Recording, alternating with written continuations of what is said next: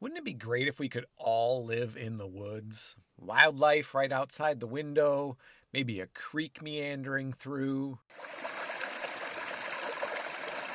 maybe a lake or a pond where we could catch fish or go swimming on a hot summer day, birds singing, frogs croaking, and crickets lulling us to sleep at night.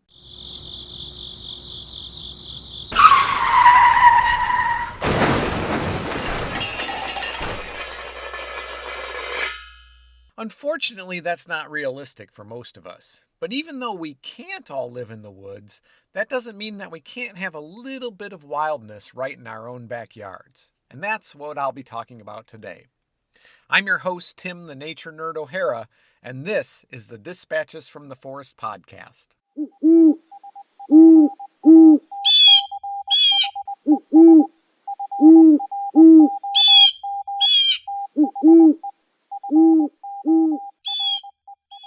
Now let's start off by defining what I mean by backyard. Not only can we not all live in the woods, but if you live, say, in an apartment in the city, you may not have an actual physical backyard. Now, granted, some of what I'll be talking about today applies to actual physical yards around houses, but some of it can be applied to backyard in a broader sense, like any park or green space or vacant lot that's reasonably close to where you live. Maybe you can walk or bike to it, or maybe you have to make a short drive, but the important thing is that it's accessible to you. And as it turns out, access to green space is extremely important, not only for physical health, providing places for people to recreate in addition to reducing noise and air pollution, but there are mental health and other benefits that might surprise you. For example, researchers in Denmark found that childhood exposure to green spaces reduced the risk of developing anxiety, depression, and substance abuse later in life by up to 55%.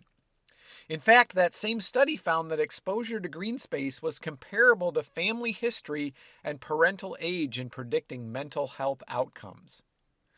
Other studies have shown that access to natural environments can help reduce the symptoms of ADHD in children, increase productivity in the workplace, and decrease stress and violence. Vegetated apartment complexes in Chicago have a lower crime rate and less litter. Interestingly, just having a view of trees has health benefits.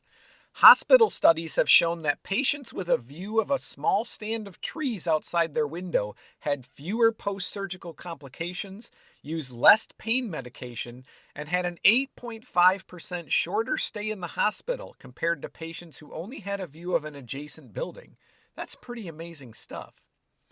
So what all this means is that your backyard, whether it's really yours or a shared community space, is really, really important.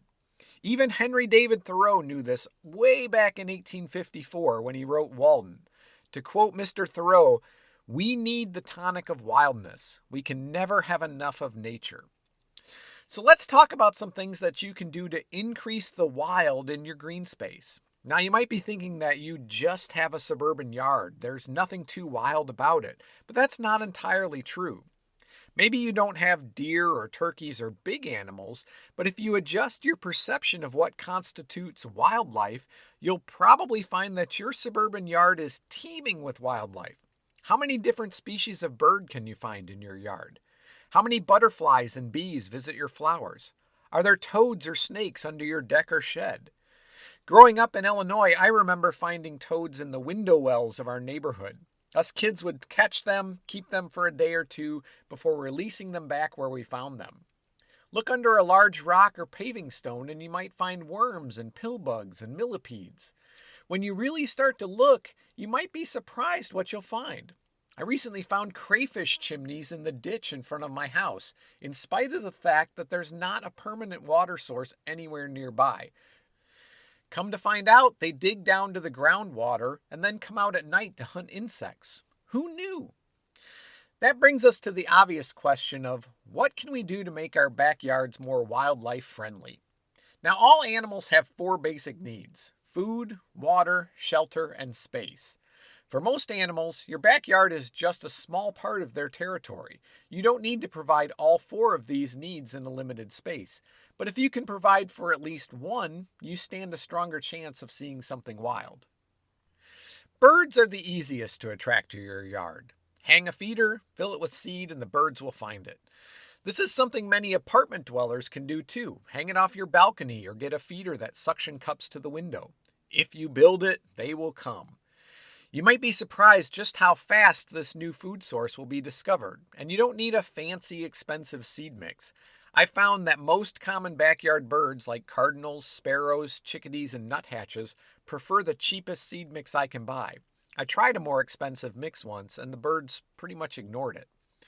Now, believe it or not, there's actually some debate about putting out bird feeders. Some avid birders feel that feeding any wild animal, including birds, is not healthy for the animal. Because feeders put birds in closer proximity to one another than they might otherwise get, it is possible for them to pass diseases to each other. Opponents of feeders encourage the planting of native flowers and trees to attract birds to your yard. If you do choose to hang a feeder, and yes, I have one, the best way to reduce the risk to the birds is to clean and disinfect your feeder regularly and pay attention to local alerts from experts. They may recommend taking down feeders if a particular pathogen is going around. Now, a common myth about bird feeders is that if you start feeding the birds, you have to continue indefinitely or the birds will starve, and that's not the case. Birds are perfectly capable of finding another food source if you don't fill your feeder. Personally, I think that having a bird feeder out does more good than harm. It's a way for people, especially those in more urban areas, to have the chance to observe and appreciate wild birds, which will make them more likely to take an interest in protecting the birds and the ecosystems they depend on. Hummingbirds, of course, require a hummingbird feeder and or a good planting of specific flowers. I love seeing hummingbirds at my feeder. The nice thing about hummingbirds is that making nectar at home is super easy. Mix a quarter cup of sugar with 1 cup of water and bring it to a boil until all the sugar dissolves. Let it cool and pour it into your feeder. Easy peasy.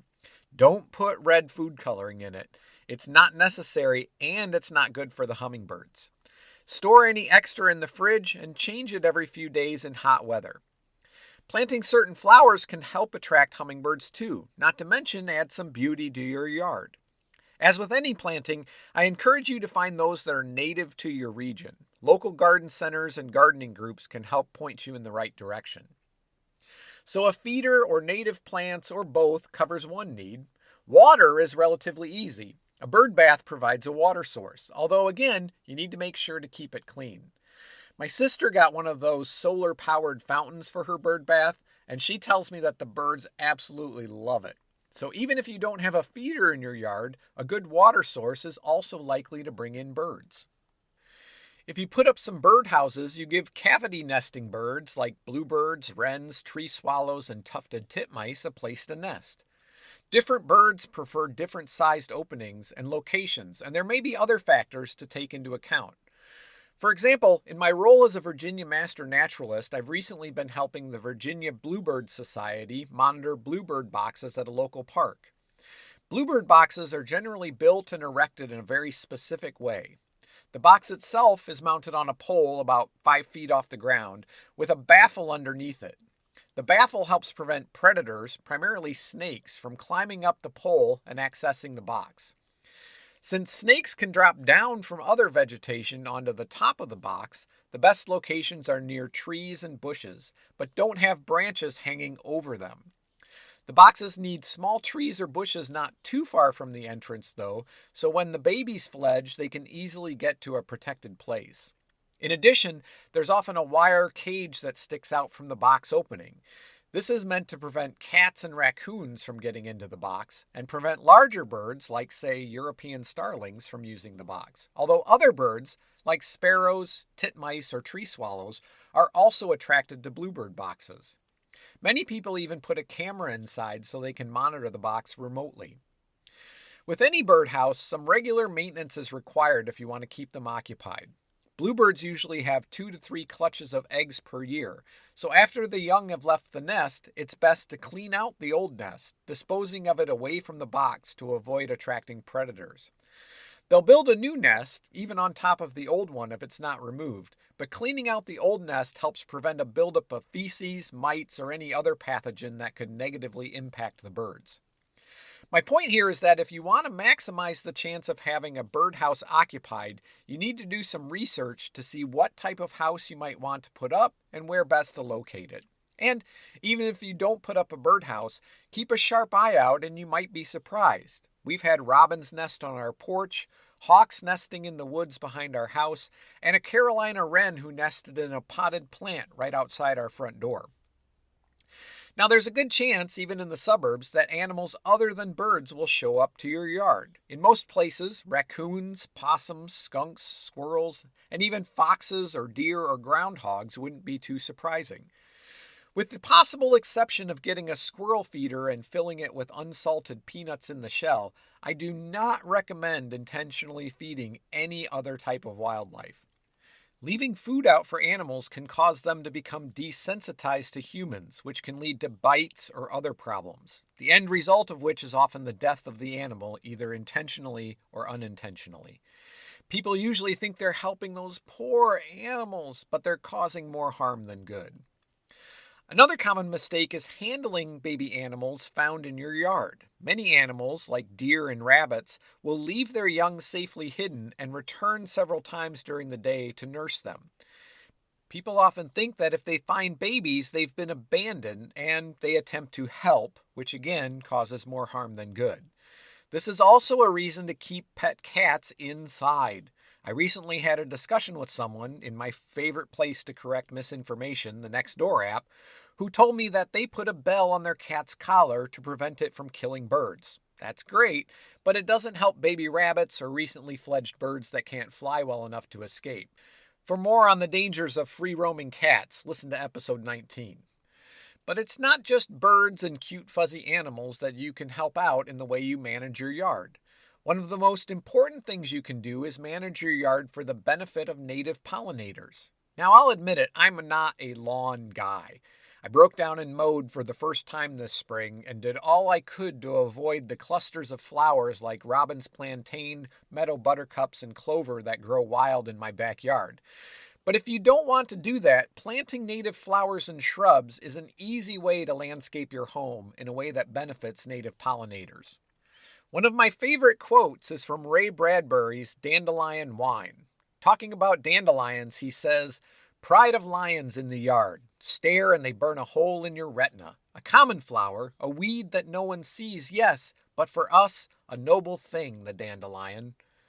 Not only do I not care if there are dandelions in my yard, I like them there, although many people consider them a noxious weed. I've watched both honeybees and bumblebees visiting my dandelions. Aside from providing food for bees and making wine with them, dandelions are edible. I read recently that having dandelions is a sign that your soil is calcium deficient, and that frequently, if left alone, the dandelions correct this deficiency on their own. In fact, their taproot pulls calcium up from deeper in the soil, which makes their leaves rich in calcium, along with vitamins C and K, and the minerals manganese, potassium, and iron. Given a choice, I would establish a clover lawn. Clover lawns are actually becoming more popular. Clover has a number of benefits. It stays greener, requires less mowing, and it's drought tolerant. Not only that, but because clover is a legume like soybeans, it fixes nitrogen in the soil, which means that it doesn't require fertilizer and it's pollinator friendly. Even Scott's, the company that sells grass seeds and lawn fertilizer, sells a clover lawn seed mix and touts the benefits of a clover lawn. If you need more convincing than that, take off your shoes and socks and walk barefoot through a patch of clover and see how good it feels. In the spirit of easing up on that lawn maintenance, I'm giving you permission to not rake your leaves in the fall. Leaving leaves on the ground helps biodiversity, as there are many native insects and even some small critters such as frogs and toads that will hibernate under the leaves during the winter. As well, it's a food source for birds, such as robins, since they'll often flip leaves over to look for something to eat, like insects. Another benefit is to the lawn itself. Leaves provide natural mulch when they break down, which fosters soil development. Instead of raking, use that time to go for a hike and connect with nature. Leave your leaves until after the last frost in the spring, then just mulch them up with the lawnmower. I guarantee you that nobody ever got to the end of their life and said, I wish I had raked more leaves. Now, last August here at Dispatches HQ, we had a big storm. Now, there's disagreement on whether it was a tornado, a straight line storm, or a microburst, but the end result was the same. We had many large trees uprooted and many more just straight out snapped off about 20 to 30 feet off the ground. Another storm in January deposited heavy snow, which had a similar impact. While I cleared what was necessary, unlike other people, I will leave the broken standing trees in place. Do they look pretty? No. But standing dead trees are an important part of the ecosystem. One tree's bad luck is another tree's opportunity. We have a clearing behind Dispatches HQ. Technically, it's the leach field for our septic system. Prior to the storm in August, the backside of that clearing was thickly wooded, largely hiding the neighboring houses. After the storm, much to the dismay of my children, it was much more open. Until those large trees were gone, I didn't realize how many small trees were growing in that space. Those small trees were fighting for every photon of sunlight they could get, trying to grow in the shade of what was probably their parents. Now they have a chance to reach their potential. In addition, those broken trees will attract a variety of insects like beetles and carpenter bees, which in turn will attract woodpeckers to eat them and, in the process, enlarge the holes they created. And those holes will be used by cavity nesting birds like tufted titmice and screech owls. And as those holes begin to rot and get bigger, other animals will move in, like squirrels and raccoons and possums and larger owls that will use them to nest in. Bats will roost under the bark as it starts to peel up. Wood ducks and bluebirds and tree swallows all use tree cavities for nesting. Once you understand how important standing dead trees are to wildlife, you start to see them less as an eyesore and more as a potential place to see something really cool. So what happened to all the branches and wood I had to clear? Well, I made brush piles. I know that this is not feasible for everyone, but if you have the space and you want to enhance habitat for wildlife, brush piles are one of the easiest things to create. All you need is a bunch of sticks and branches, throw them in a big pile, and voila! The general rule of thumb for brush piles is to build them 4 to 5 feet high and about twice as wide. Placing large rocks or logs on the bottom helps keep it from matting down to the ground and keeps it open for other animals to get in. More large branches on top keep it from blowing apart in strong winds if that's a problem where you live. I have several around the woods here at Dispatches HQ. Some are built over logs, some over old Christmas trees, and one even over an old pallet. Making brush piles was a natural way to deal with the several large trees and branches that came down in those storms. Locate your brush pile away from your house. That will give you the best odds of it being used while helping ensure that you don't get unwanted intruders. The best places for a brush pile are where there's little natural cover. Many animals will use them as cover. Smaller brush piles might be used by toads, turtles, birds, mice, and snakes. Larger ones by rabbits or other small mammals.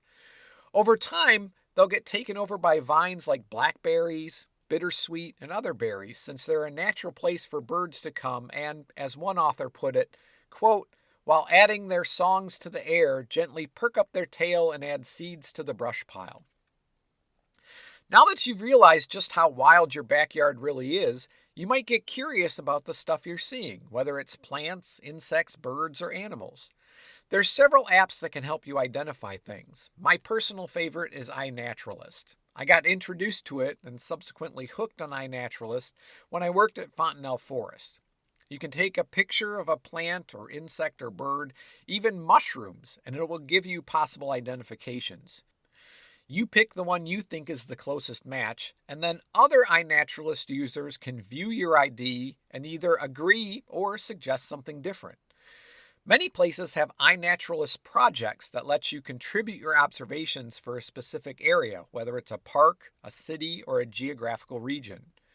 You can actually follow me, Dispatches from the Forest, on iNaturalist if you want, and see what things I've been checking out.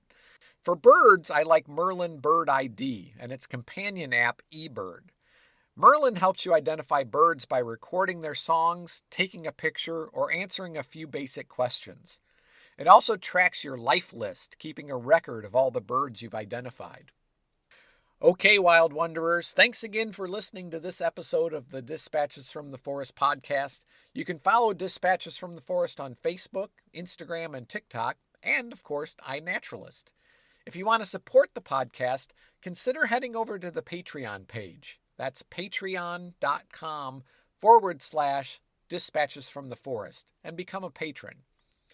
Okay, what are you still listening to me for? I'm your host, Tim the Nature Nerd O'Hara, reminding you to download the iNaturalist and Merlin Bird ID apps, go outside, and get dirty.